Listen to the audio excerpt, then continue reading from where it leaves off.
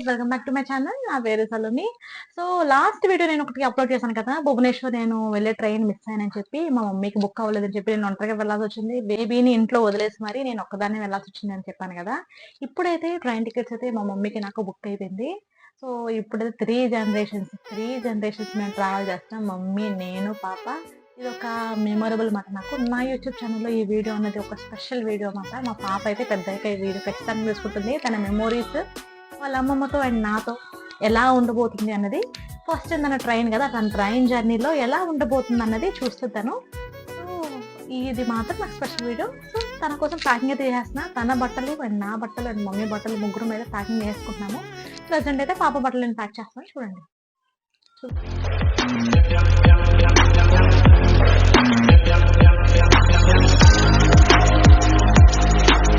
నా office purpose మీద మేము ఒడిశా వెళ్తున్నాము. ఇది 2 days ట్రిప్ మాట.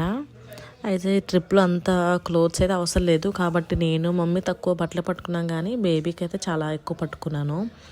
మధ్య మధ్యలో తినిపిస్తూ ఉంటాం కదా, ఖరాబ్ అయిపోతుంది డ్రెస్సెస్ అని చెప్పి డైపర్స్ ఇంకా వేరేవి అలా టవల్స్ అన్నీ పట్టుకున్నాను బేబీ కోసం. చిన్నపిల్లలతో ట్రావెల్ చేయడం చాలా కష్టం.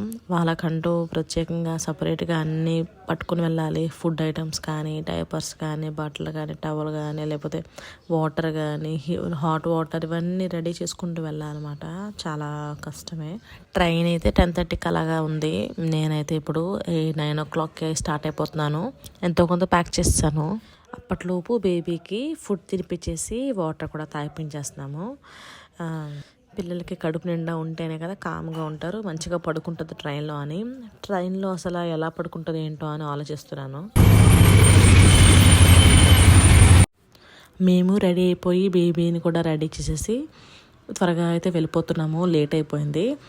సో ఆటోలో వెళ్తే ఒక 45 minutes అలా పడుతుంది రీచ్ అవ్వటానికి.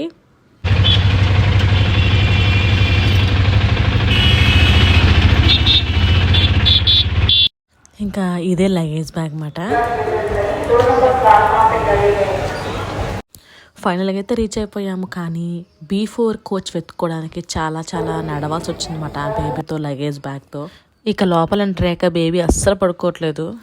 లోయర్ బర్త్ అస్సలు రాలేదు, అప్పర్ మిడిల్ వచ్చింది. రిక్వెస్ట్ చేసి ఎలాగైనా నేను లోయర్ బర్త్ తీసుకున్నాను, కానీ ఒకే బెర్త్ మీద ఇద్దరు బేబీతో పడుకోవడం కష్టమైందన్నమాట నాకు. మా మమ్మీకి అప్పర్ బెర్త్లు ఎక్కించడానికి కష్టమైంది. బేబీ అస్సలు పడుకోవట్లేదు. తనకి ఏదోలాగా చూపించి పడుకోబెట్టేసారు ఫైనల్గా. నేను సరిగ్గా పడుకోలేకపోయాను. నెక్స్ట్ డే అయితే రీచ్ అయిపోయాము.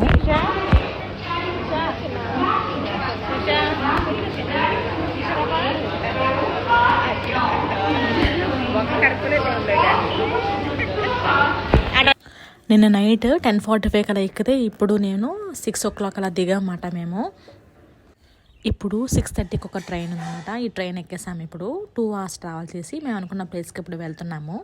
బేబీకి అలాగే పడుకుంది. తను లేచాక పాలు అయితే కలపాలి, డైపర్ మార్చాలి, చాలా ఉంది. ఇవన్నీ ట్రైన్లోనే చేసేసుకోవాలన్నీ. ఈ 2 hours ట్రావెల్ చేసిన తర్వాత మళ్ళీ ఇంకో 1 hour మేము బై కార్ కానీ బై బస్ కానీ వెళ్ళాలి. నా వర్కింగ్ లొకేషన్కి వెళ్ళాలంటే చాలా ట్రావెల్ చేసి వెళ్ళాలి. ఒక్కొక్కసారి డైరెక్ట్ ట్రైన్ కూడా ఉంటుంది. ఇంకా బేబీ లేచాక తనకి పాలు పట్టేయడం లేదా కొన్ని సాలిడ్ ఫుడ్ తినిపించడం చేసేసాను. తర్వాత మేము ఒడిశా కోల్కి రిచ్ మాట. సో ట్రక్స్ ఎక్కువ అలా తిరుగుతూ ఉంటాయి, ఆ విధంగా పొల్యూషన్ ఉంటుంది. అండ్ ఒడిశా చాలా బ్యాక్వర్డ్. ఓన్లీ ఈ కోల్ వల్ల, ఈ ప్లాంట్స్ రావడం, ఇండస్ట్రీస్ రావడం వల్ల కొంచెం డెవలప్మెంట్ ఉంది, కానీ స్టిల్ అది బ్యాక్వర్డ్గానే ఉందన్నమాట. సో ట్రైన్ దిగేసాము. ఇప్పుడు బస్సు ఎక్కుతున్నామన్నమాట. బస్సు అయితే ఒక 1 hour అలా జర్నీ చేసి నా లొకేషన్కి అయితే వెళ్ళిపోవాలి. బేబీ కూడా చూసి ఎంజాయ్ చేస్తుంది అండ్ పడుకుంది కూడా తను. వద్దు మా బాబు, ఇవన్నీ స్టీల్ గ్లాసులు ఇవన్నీ.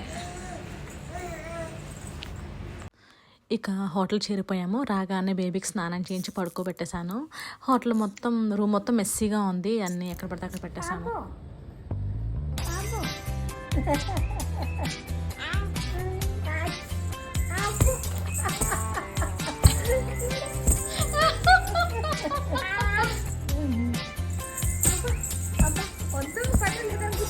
హోటల్లో అయితే 11 o'clock అలా చేరాం కదా. చాలా ఆకలితో ఉన్నాము. 12 మేము లంచ్ అయితే చేసేసాము. Mixed veg fried rice, mushroom masala అయితే ఆర్డర్ పెట్టాము. బేబీ కూడా కొంచెం లైట్గా తినిపిస్తున్నాను అనమాట. ఎగ్ కాస్త రెస్ట్ తీసుకొని తర్వాత ఆఫీస్కి వెళ్ళి వర్క్ చేసేసుకొని తిరిగి వచ్చేసాను. ఇంకా నైట్ మేము డిన్నర్ చేసేసి సరదాగా హోటల్ దగ్గరలో గార్డెన్ ఉంది, గార్డెన్లో వెళ్ళి టైం స్పెండ్ చేసామన్నమాట. మమ్మీ, నేను, పాప. మమ్మీ వీడియో తీస్తుంటే నేను పాప నడుస్తున్నాము సరదాగా. అండ్ చాలా ఆ గార్డెన్ కొంచెం క్లీన్గానే ఉంది కానీ స్టిల్ కొంచెం భయం వేస్తుంది నాకు, పాములు ఉంటాయని చెప్పి. యాక్చువల్లీ ఈ గెస్ట్ హౌస్ అనేది అడవిలో కట్టారన్నమాట. సో అడవిలోని చాలానే పాములు ఎన్నో ఉంటాయి, కొంచెం జాగ్రత్తగా ఉండాలి మేము. ఇలాగే ఎన్నో పాములు అయితే నేను చూశాను. ప్లాంట్లో నేను వర్క్ చేస్తున్నాను కదా, ప్లాంట్ దగ్గరలో ఇలా గెస్ట్ హౌస్లు అయితే అరేంజ్ చేసి ఉన్నాయి. ప్లాంట్లో కూడా నేను పాములు చూశాను, భయపడ్డాను అయితే నేనైతే చూసి. అదే ఫస్ట్ టైం అలా దగ్గరగా చూడటం. సో జాగ్రత్తగా ఉండాలి ఇలాంటి ప్లేసెస్లో. కాసేపు సరదాగా అలా గార్డెన్లో పాపని తిప్పుతూ ఉన్నాను. తనకి నిద్ర రావాలని చెప్పి నిద్రపోవట్లేదు అసలు. సో ఫైనల్గా అయితే పడుకోబెట్టేశాను అనుకోండి. తర్వాత ఫైనల్గా పడుకుందేమో అనుకున్నాను, తర్వాత మళ్ళీ లేచిపోయింది. మళ్ళీ బయటకు తీసుకొచ్చి కాసేపు అలా చల్లగాల్లో తిప్పాను బేబీకి నిద్ర రావాలని చెప్పి. బాగుంది ఇలాగా గార్డెన్లో తిరగడం ఆ నైట్ టైం. అలాగా ఇలా ఒక పల్లెటూరులోని గెస్ట్ హౌస్లో రాత్రి చల్లగాల్లో తిరుగుతూ చాలా బాగుంటుంది. మీరేమంటారు కామెంట్ చేయండి. ఈరోజు మార్నింగ్ 11కి వచ్చాను హోటల్కి. ఇంకా ఆఫీస్ వర్క్ అయిపోయింది. తర్వాత ఇంకా నెక్స్ట్ డే మార్నింగ్ ట్రైన్ అన్నమాట. మధ్యాహ్నంకి అలా వెళ్ళిపోవాలి. సో త్వరగా పడుకుని పోయాము ఇంకా మేము.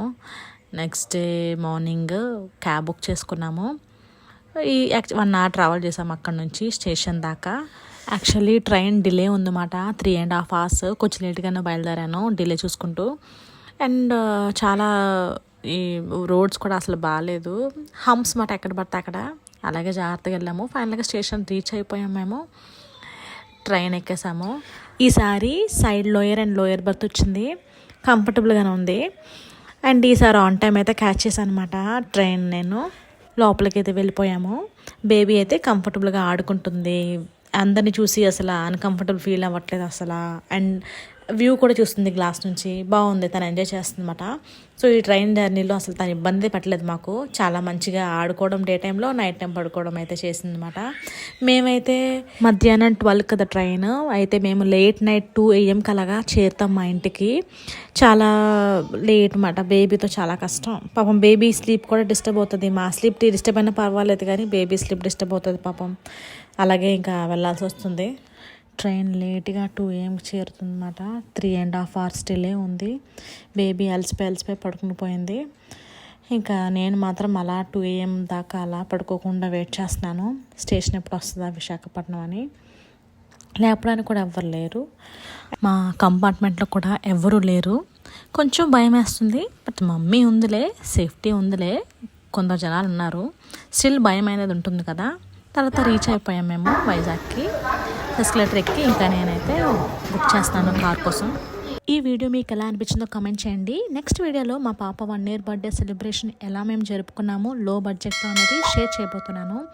Do not forget to subscribe.